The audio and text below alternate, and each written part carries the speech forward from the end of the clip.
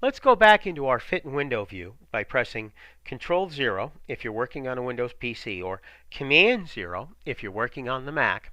And what we're going to do is we're going to place the address information down at the bottom of the page.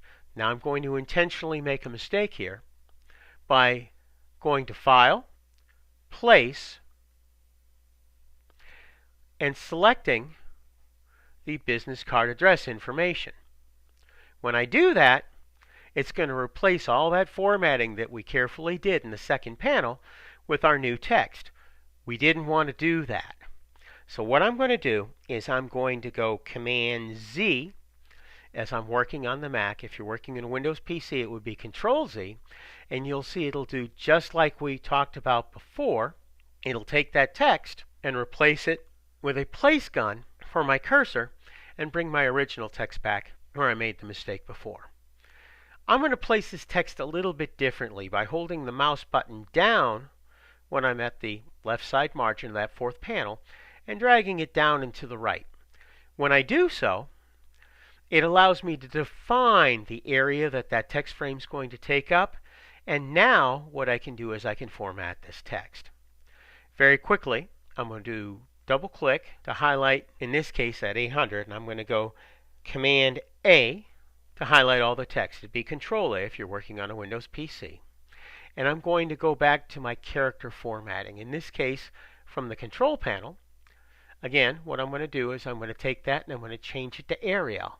But this time, since I've already used that font, I can actually go to the top. I don't need to find exactly where that space is. And I'm going to take that type and I'm going to make it regular weight. Then I'm going to change the type size to 7 and the leading to 7 points by double clicking in this number and typing the number 7 and hitting a return. I want to center this type. I'm not going to do that though from the control panel. I'm not going to do it from the panel over here from the side dock either. I'm going to use the keyboard shortcut Command Shift C. If you're on a Mac, it'd be Control Shift C. If I'm working on a Windows PC, to center that type right on the screen. Now, our text frame is taking up a lot more space than we need to hold that text. So I'm going to get my selection tool, go to the center anchor point at the bottom of that text frame, and drag it up to the very bottom of that text. I'm going to put my cursor in the middle and then drag that down to set it against the bottom margin of our card flyer.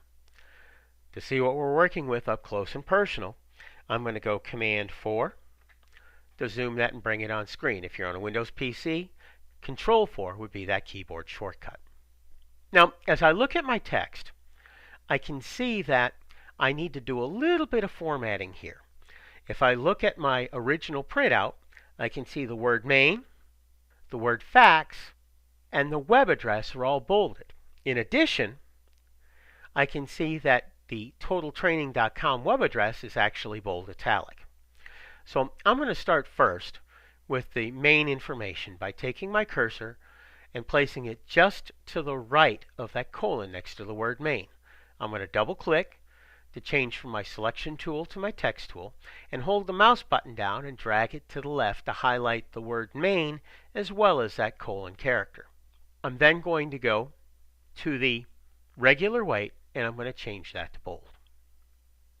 Let's do the same thing with the fax information. I'm going to go just to the right of that colon, highlight all that text, and in this case what I'm going to do is I'm going to go to the character panel from the side dock and I'm going to change that from regular to bold. Finally, I'm going to highlight this web address, www.totaltraining.com, and I'm going to change this to bold italic, but I'm not going to do it from either the control panel or the character panel from the side dock. I'm going to use the keyboard shortcut Command Shift B for bold and Command Shift I for italic to take that type and make it bold italic. If you're working on a Windows PC, you'd be using the Control Shift B and Control Shift I keyboard shortcuts to do the same thing. Now you'll notice after I did that, that the font weight changed to bold italic in my character panel, as well as my control panel up above the document window. That's the third way that we can format type very quickly, is using that keyboard shortcut, Command-Shift-B to make it bold, Command-Shift-I, or use the Control key with the Shift and the B and I characters to do that on the Windows PC. Now, we're missing two more things, these little dots that sit between the main and fax numbers and between the fax number and the web address.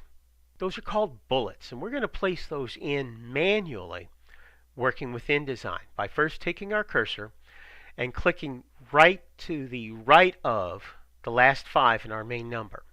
We're going to place a space so they're evenly spaced in between, and then I'm going to go to the Type pull-down menu to insert special character, symbols, bullet character. And when I let up on the mouse button, it'll place that bullet right in between the main and fax numbers. Now, I've already done that once, so I don't want to do it twice. I'm going to double click to highlight that bullet. I'm going to go Command-C to copy it, then place my cursor just to the right of the 5 for the fax number. Hit a space and go Command-V, it'd be Control-V on a Windows PC, and copy that bullet one more time inside that block of text. Let's go Control-0 if you're on the Windows PC, or Command-0 if you're working on the Mac, to go back into that Fit in Window view. We're going to get our third block of text that we're going to set, the description for our Total Training Online annual subscription. But we're not going to repeat the mistake that we did a little bit earlier. I'm going to get my selection tool, and I'm going to click on nothing to deselect that text block inside our card flyer. Now I'm going to go Command-D on my Mac. I'm going to select the first fold Total Training Online.rtf file by double-clicking and picking that up in my place gun. I'm going to go just below that Total Training Online logo, and to my left margin, click the mouse button, and it'll place that text. Once again, all the way down, that text frame will go to our bottom margin. Now, I don't have enough room for all this text, and I know that because I can see this little red plus sign. That lets me know that I have more text placed in here than I have text frame to show it. I'm going to fix that by first double-clicking to change from the selection tool to the type tool, going Command-A to highlight all that type, and then going to my control panel and changing the type size to 10 and changing the leading to 12 points. And that gives me enough room to see all the type that I'm working with. I'm going to go here and bring this up just a little bit above that type to set that separate text frame.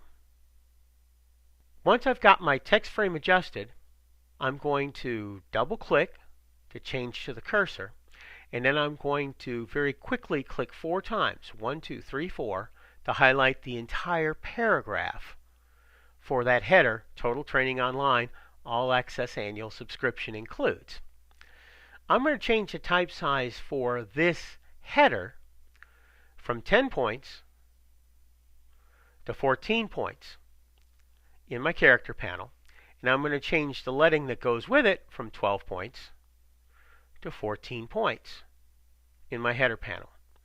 I'm going to make that bold italic by going Command-Shift-B and then going Command-Shift-I because I'm working on the Mac. If I was working on my Windows PC, I'd be doing Control-Shift-B and then Control-Shift-I to do the exact same thing.